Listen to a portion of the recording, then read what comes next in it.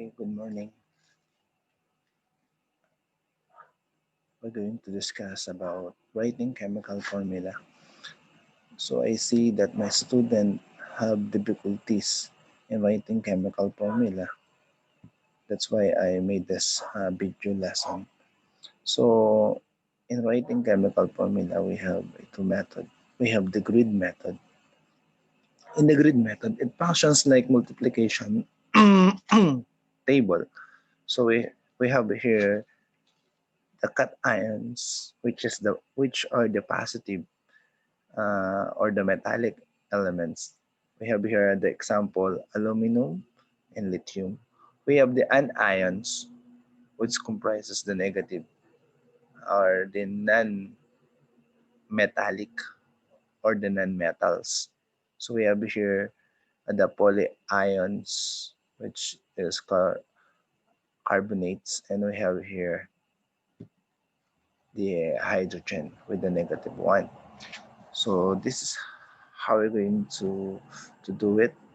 So here an example is we have here the first group is aluminum positive 3 combined with carbonates. So in writing so, we have to write first the positive or the ions. Let me put this way. Okay, so we have here the ions or the metal is aluminum. Take note in writing it, it should be capitalize the first letter and the second letter is a small letter. So we have aluminum. We're going to utilize the charge -2 as the subscript of aluminum because it is exchange. Then we have here the carbonate. So carbonate will now utilizing the positive 3 here as a subscript. So in here, we're going to put a parenthesis to enclose the carbon and the oxygen. So we have here the charge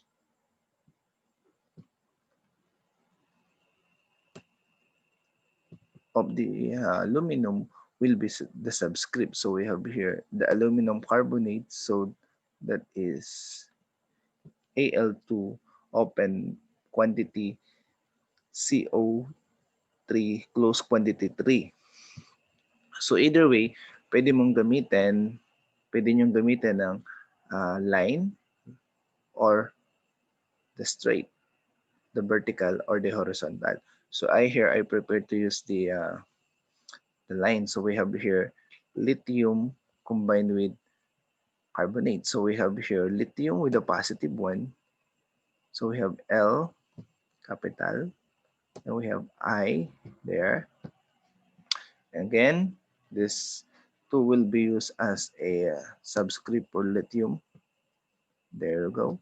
And the carbonate, since this is only a positive 1, so hindi na natin kailangan lagyan ng parenthesis. Just copy the carbonate, CO3. So mahirap, wala po tayong blackboard. So ito lang ginagamit natin, annotation. So CO3, carbonate. So lithium carbonate. Now on the other side, we have now here, we're going to partner aluminum positive 3 with hydrogen negative 1, hydride. So we have here to write aluminum again. Okay.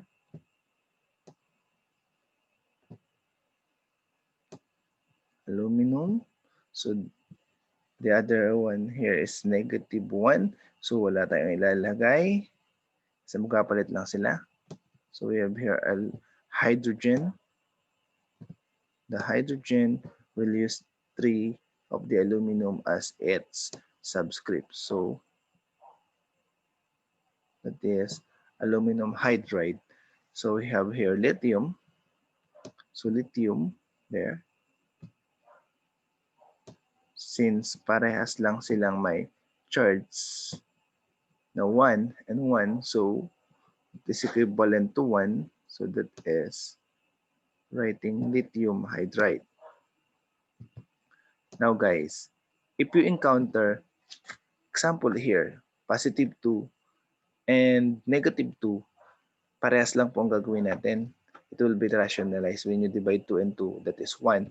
So, wala na kayong isusulat na subscript. It's understood na 1 siya. Ayun po yan. So, just bear in mind yung mga bagay na yan. So, pakititigan ng mabuti before I erase it. Ayan. So, yan yung ating grid method. Now, aside from grid method, we have also another method which is known as the crisscross method, line system. So, pag sinabi natin line system, naka-line lang siya, naka-linear lang siya. Ganun lang natin siya titingnan. Ayan. So, here example, tuloy tayo. We have aluminum positive 3. If we combine it with oxygen gas negative 2, that's actually producing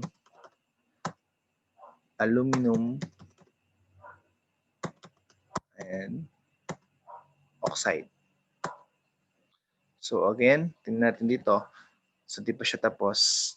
So aluminum positive 3 plus oxygen gas negative 2 will produce aluminum oxide. So we have here aluminum, again katulad ng sinabi natin kanina sa grid method, itong 2 na to ay nanggaling dito. So ayan, kaya siya nagkaroon ng subscript na 2. Now, how about the other one? So for oxygen, makikita natin, okay, na as we proceed, and yung 3 ay actually, and nakita natin 3, it's actually came from the charge of our aluminum. Ito siya.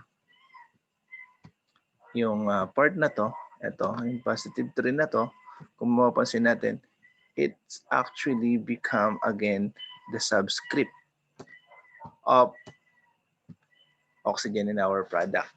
This part is known as our reactant. Ito, para additional.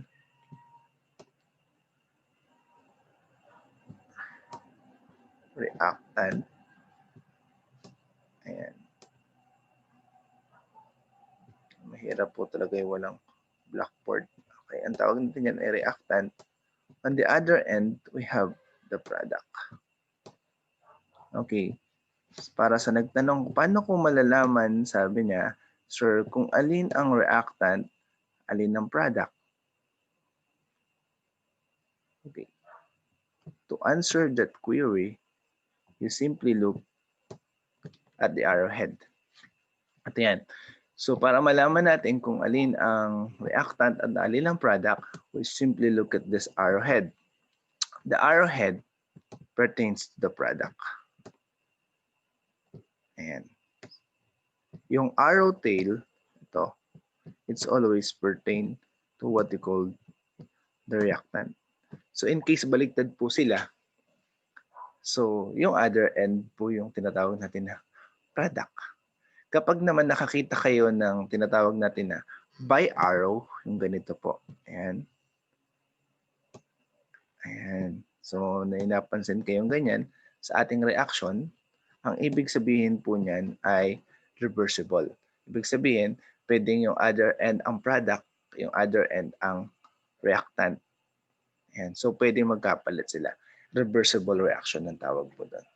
And so minsan pa titigan niyo pong mabuti. Ang tawag natin diyan ay crisscross method line system. And so I will have another example. Okay? So as a challenge, pwede kong post muna to. Ayan. So we have here, ayan. So aluminum plus carbonate, okay, that's aluminum positive 3, carbonate negative 2 will produce aluminum carbonate. Okay? Titigan nyo mabuti. May mali po ba dyan?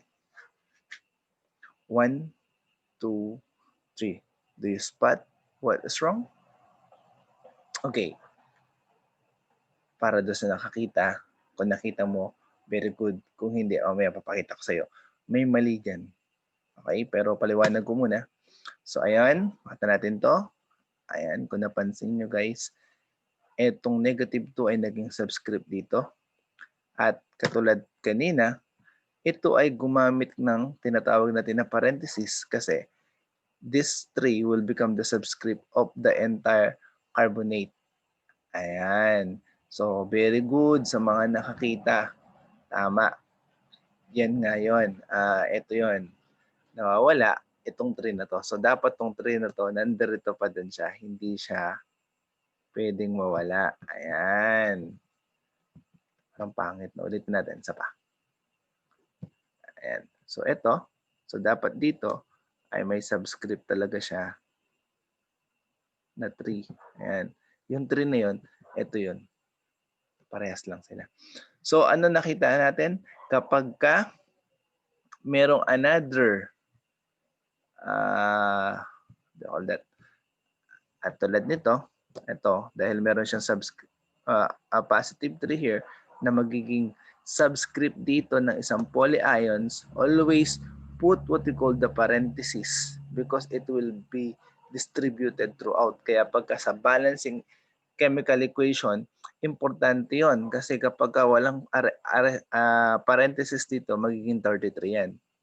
O kaya walang parenthesis kang nilagay pero meron kang value na ilalagay sa isang polyions, magiging dun lang sa nakalapit sa kanya. So, importanteng merong parenthesis kapag polyions ang ginamit mo, especially kapag merong greater than 1 charge dito. Sa magko-combine sa kanya. So, yan lang po yung ating pag-aaralan ngayon. Maikli lang siya. And I hope it's help others para maintindihan kung paano ba ang pagsulat ng chemical formula. Ayan. So, maraming salamat sa lahat ng nakinig. It's early in the morning. Kaya mga estudyante ko na nagkaroon ng problem and using this grid method, madadali lang yan. Madali lang talaga siya. Kaya lang di tayo nagkikita. So this is my only way to discuss with you how to do it. Okay, so maraming salamat at pagpalain tayong lahat ng ating Panginoon. Thank you very much. Bye.